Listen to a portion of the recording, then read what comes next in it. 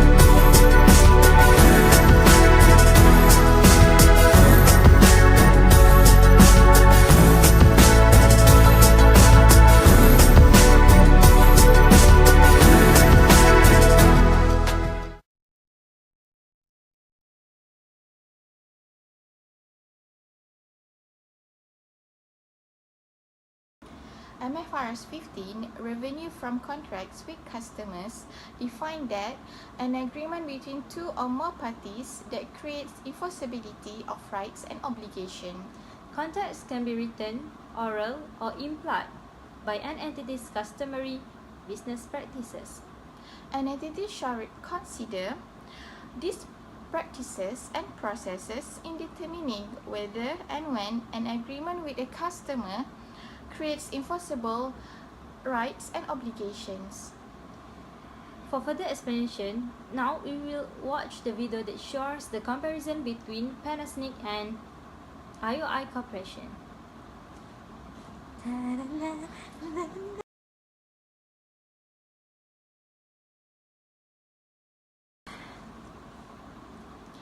Now, we will discuss about MFRS 126, Accounting and Reporting Retirement Benefit Plan. These are benefits paid to the employee after they have ceased the employment. The example of these retirement benefit plan are insurance and pension. Okay, so there are two types of retirement benefit plan, which are defined contribution plan and defined benefit plan. Now, we will proceed to MFRS 2, share-based payment. Share-based payment is transaction which the entity will receive the goods and services as consideration for equity instrument of the entity or equity instrument of another entity within a group. Share-based payment can be classified into two, which is entity settlement and cash settlement. For further explanation, we will now watch our video that shows the comparison of Panasonic and IOI.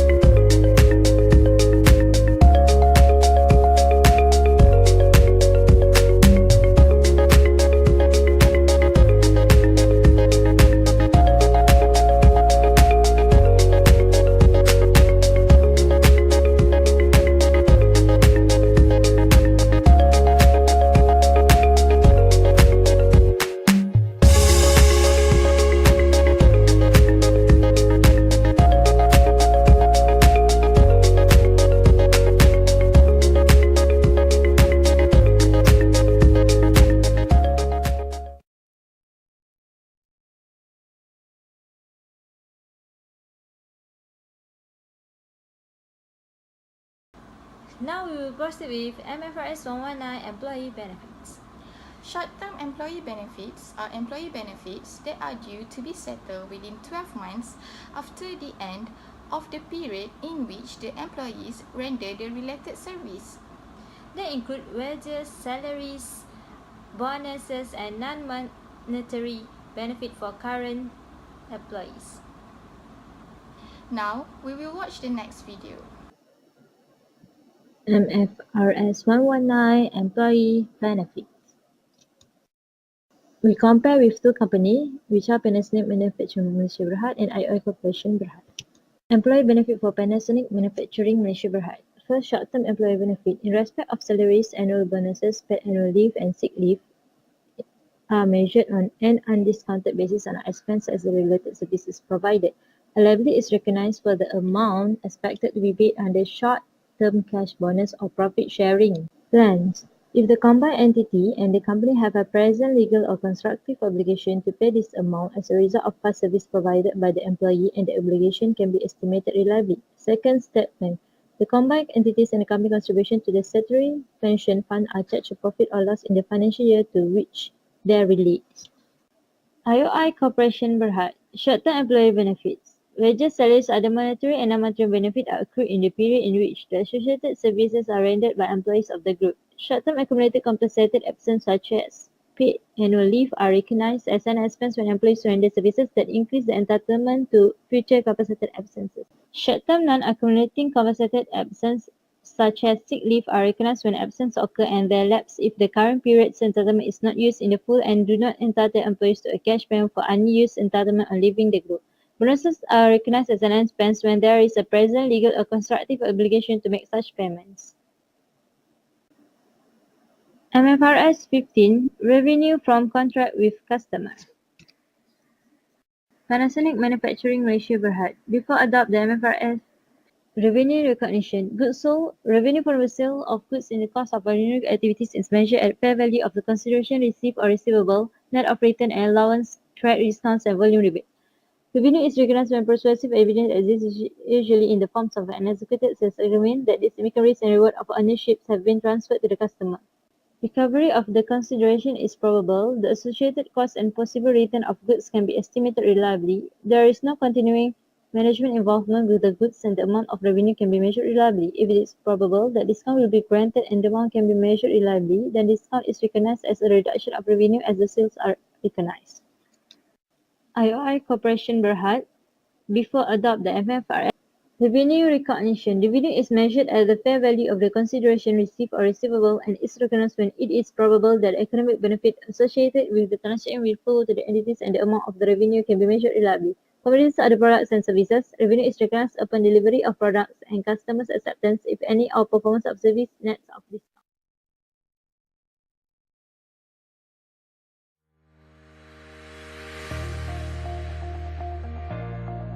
MFRS 7 requires the disclosure of information regarding the significance of financial instrument, the nature and the extent of risk that arising from those financial instruments, both in qualitative and quantitative terms.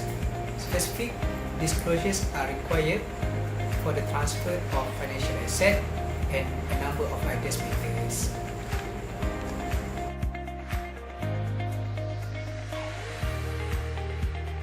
FAR660 states that the financial instrument is a contract that gives rise to the financial asset of one entity and financial liability or an equity instrument of another entity. FAR662 requires that the issuer of the financial instrument to classify the financial instrument on initial recognition as an financial liability, financial asset, or an equity instrument in accordance with the contractual agreement and the definition of the financial liability, financial asset, and also an equity instrument.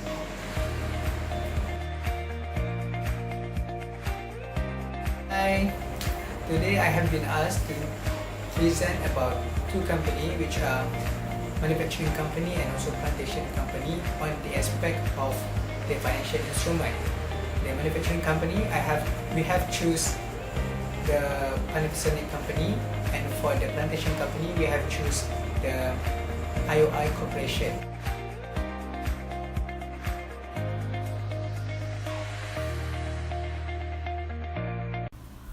It's a statement on basis of preparation of Panasonic company. They stated that the MFRS 9 is replacing MFRS 139 on the classification and measurement of financial assets and financial liabilities and on hedge accounting.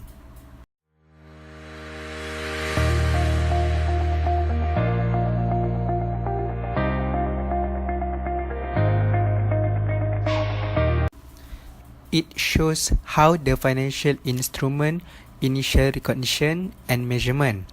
A financial asset or a financial liability will only be recognized in the statement of financial position when the company becomes a party to the contractual provision of the instrument. A financial instrument is recognized initially at its fair value or plus transaction cost if a financial instrument not at fair value through profit or loss.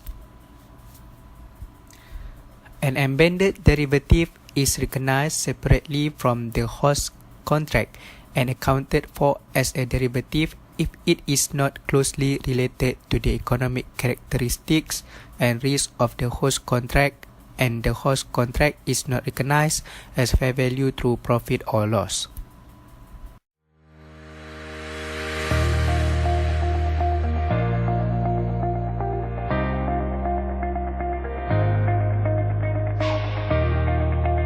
Financial asset at fair value through profit or loss comprises financial assets that are held for trading, including derivatives or financial assets that are specifically designated into this category upon initial recognition. Derivatives that are linked to and must be settled by delivery of unquoted equity instruments whose fair value cannot be reliably measured are measured at cost. Other financial assets categorized as fair value through profit or loss are subsequently measured at their fair values with the gain or loss recognized in profit or loss.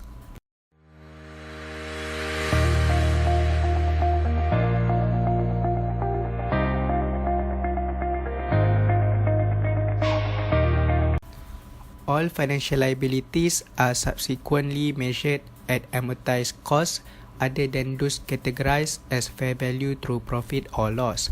Fair value through profit or loss category comprises financial liabilities that are derivatives or financial liabilities that are specifically designated into this category upon initial recognition. Derivatives that are linked to and must be settled by delivery of unquoted equity instruments whose fair value cannot be reliably measured are measured at cost. Other financial assets categorized as fair value through profit or loss are subsequently measured at their fair values with the gain or loss recognized in profit or loss.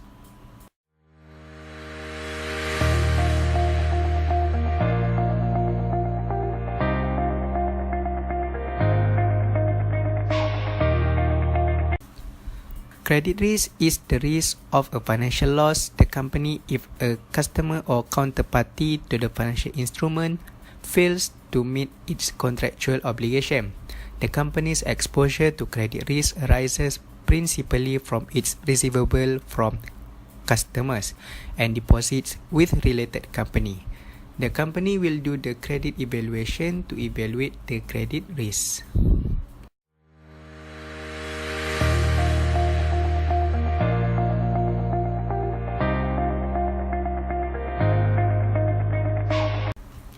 Prudent liquidity risk management implies maintaining sufficient cash to meet the obligations as and when they fall due.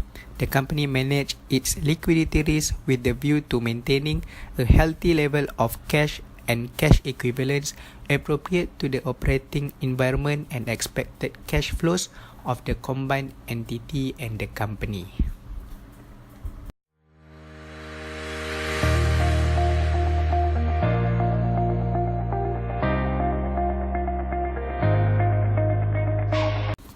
The company are exposed to foreign currency risk on sales and purchases that are denominated in a currency other than the ringgit Malaysia.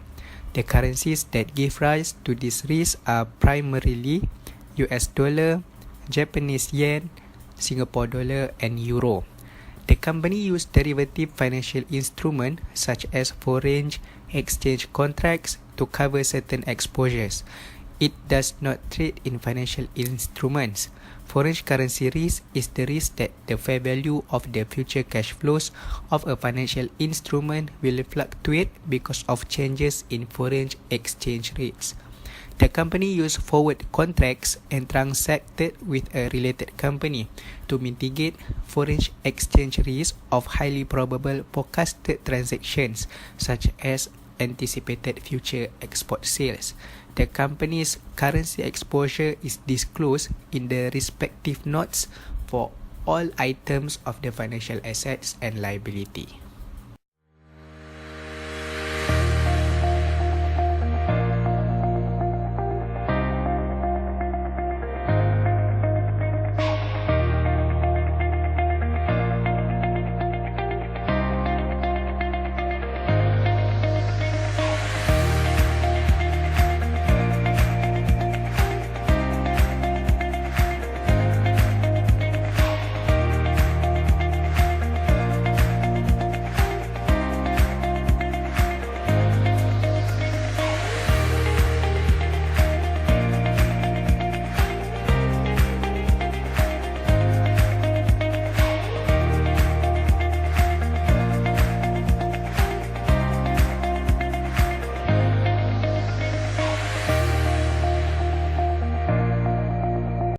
Interest rate risk arises from its interest-bearing financial instruments that could impact fair value and future cash flows due to fluctuation in market interest rates. The objective on interest rate risk management is to achieve a balance in repricing risk and the optimization of its cost of funds whilst ensuring sufficient liquidity to meet funding needs.